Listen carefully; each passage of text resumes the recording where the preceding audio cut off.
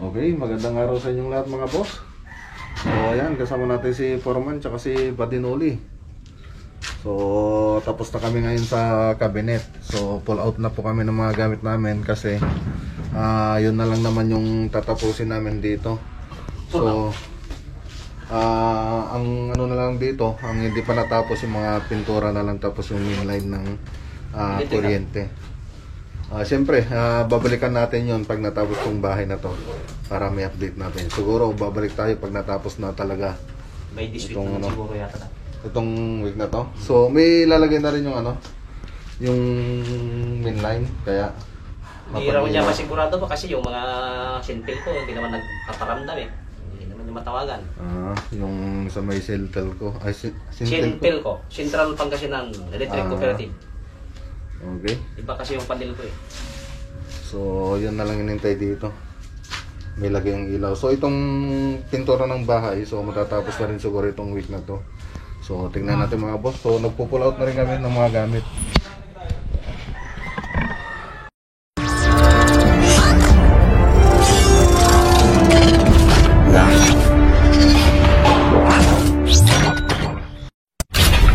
So, ayan na siya mga boss.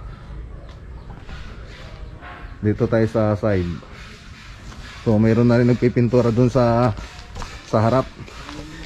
So nasa harap sila yung mga nagpipintura. So taga Pangasinan din yung mga nagpipintura rito. So ayan sila. So natapos na rin itong week na to, sir, itong project niya. Oo. So matatapos na rin daw nila itong pintura itong week na to. So ang hindi na lang matatapos siguro dito yung ano, yung main line, yung kuryente natin dito. So wala pa daw yung ano, nakusap nila para magkabit ng kuryente. So tingnan natin mga ano na nagpo-pull out ng mga gamit.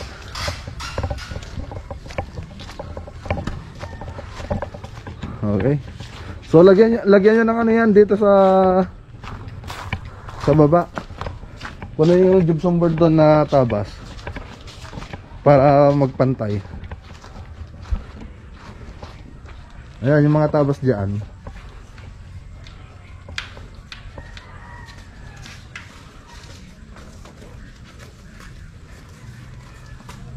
So ayan, dadalhin na rin natin yung mga gamit natin sa cabinet. Kasakor.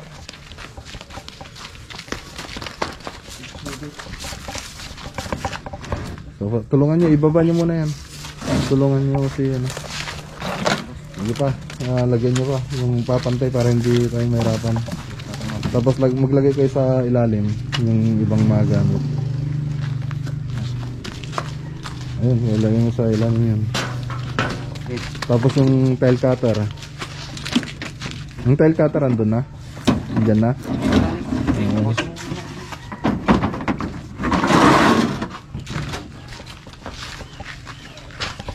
Hanta natin.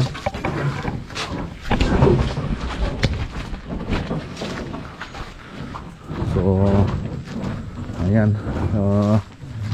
babalikan na lang natin ito pag natapos na lahat talaga. So mag-uwi na rin sila ng mga kalbero. Ay, Superman. So yung mga gamit natin, para sa cabinet, cutter.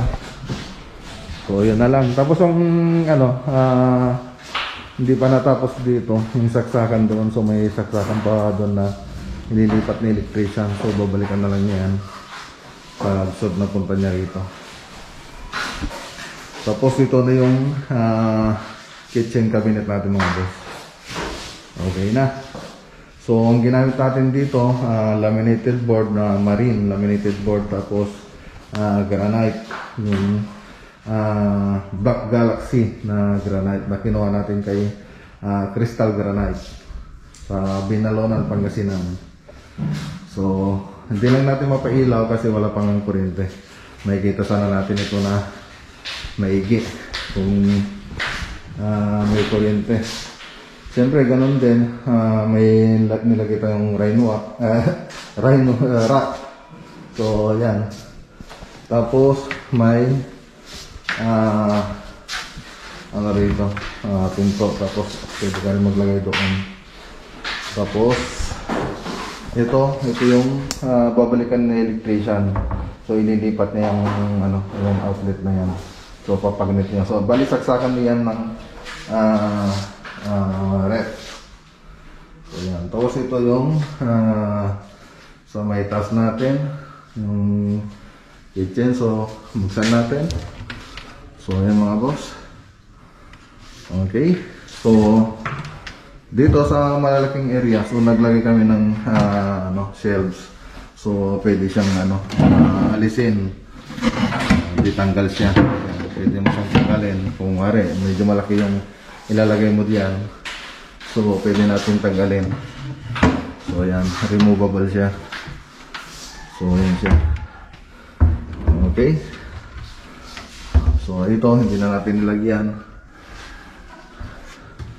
Tapos dito. So, lagyan natin. Ayan. May nakalagay rin. So, removable din siya. So, pintura na lang sa back. Ang hindi na dyan natapos. Tapos dito, okay na. So, yan na rin yung daanan ng usok. So, dadaan yan sa kisame. Itong natin, ng Rensud. Dadaan niya sa kisame. Tapos lalabas dito sa taas ng bubong sa may padera. So, silipin natin. So, meron tayong nilagay doon. So, meron talagang nilalagay dyan. Labasan ng usok. Ngayon, wala kaming nabili sa Wilcon tsaka CCT hardware.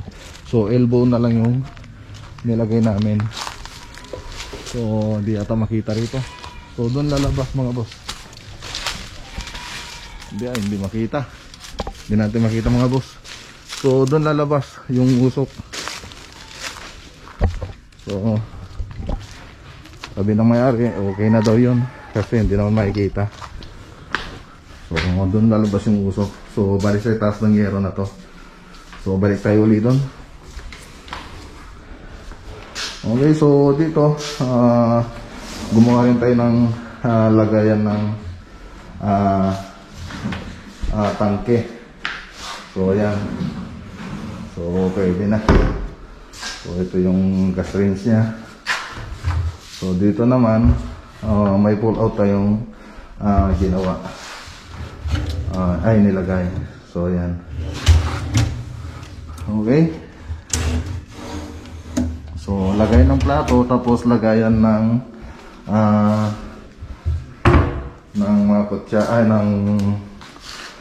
baso. So, dito, open lang siya. So, ito yung niya rito. Ayan. Yung fittings niya. So, yan yung nabili nilang kitchen sink. Okay. So, yan, open na rin dito. So, makikita niyo dito.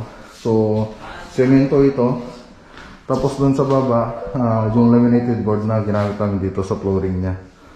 Laminated board na yung ginamit namin dyan. So, ganun lang yung paggawa ng cabinet. So, kung gusto nyong malaman kung paano gumawa ng mga cabinet, so may tutorial po tayo pati dito sa ceiling. So, sa mga cube design, so may tutorial tayo. Lalagay ko na lang doon sa description box yung tutorial natin. So, para kung gusto nyo mag DIY, so pwede kayong meron kayong tutorial na papanoorin. So, madali lang naman. Pag sa cabinet, ang importante lang dito sa base sa experience ko, dapat marunong kang maglagay ng concealed. Tapos yung drawer guide, dapat marunong kang maglagay. Tapos maglagay ng drawer guide, concealed. Yun lang naman para aging. Yan. So, ito yung mga aging natin. So, makikita nyo yan. Ito. So ando sa tutorial yan kung paano gawin. So dito, ang ginawa lang natin dito per panel lang. So isang panel dyan, isang panel dito, so isang panel din doon. So at dito, ano na yan, isang panel din yan, tapos dito. So ganun yung paggawa namin. So pwede rin kayong ano, kung gusto niya rin gumawa dun sa bahay nyo, pwede rin. Tapos i-deliver nyo na lang sa site. Basta alam niyo yung sukat ng paglalagyan ninyo. Sukatin nyo na lang mabuti. So gawin nyo dun sa bahay nyo. Tapos kung gusto nyo pagkatapos dun nyo na lang i-deliver sa site. Pwede rin ganun mga boss. So modular kitchen cabinet tawag dun mga boss. So ito, ganun na rin ito mga boss. Okay, so sasabihin natin kung magkano yung nagastos natin dito, labor and materials. So mamayang konti, hintayin lang natin si Badinoli tsaka si Foreman. So yan mga boss.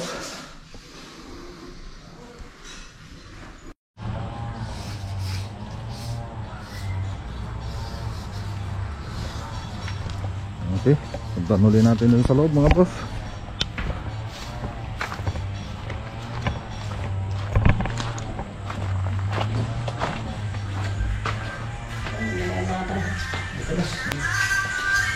Okay, punta ulit natin itong update natin. So dito, nagpipintura na lang sila. So retouch na lang. So ang combination ng loob ng bahay nila, white, gray, tsaka black. So yun yung kombinasyon ng bahay nila mga boss. So punta na natin dito sa kwarto para makita ninyo. So dito sa kwarto, so gray yung kombinasyon dito. So itong mga lights na lang, so papalipat natin yan pagpunta ng electrician. So nagkamali siya ng mga kulay-kulay. So bumili na rin sila ng mga ready-made na higaan, tapos cabinet. So madali lang naman itong gawin kung titingnan nyo. So puro plywood lang siya, plywood na nilaminate. So ayan, so dito sa CR, so tingnan natin. So kompleto na. So ano na lang dito, linis na lang kasi nagpintura sila kaya hindi makalat pa. So linis na lang yan. Tapos dito sa kabila, so linis na lang din dito. So natapos na rin nilang pinturahan. So hindi pa tayo makakapagpailang kasi hindi pa nalagay yung main line. So ito yung kwarto na isa. So maganda sana ito kung mapailaw na natin. Tapos ito yung sa kabilang kwarto. Okay, so ganun din, puro cove design din yung nilagay natin. Tapos bumili na rin silang ready-made na cabinet saka higaan. Okay, so yan yung ano dito natapos. So nasa na sila Foreman? Okay.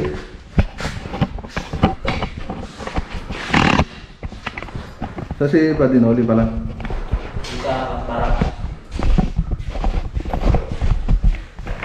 Ayan pala si Badinoli. So ayan, tika, ayusin ko nga muna.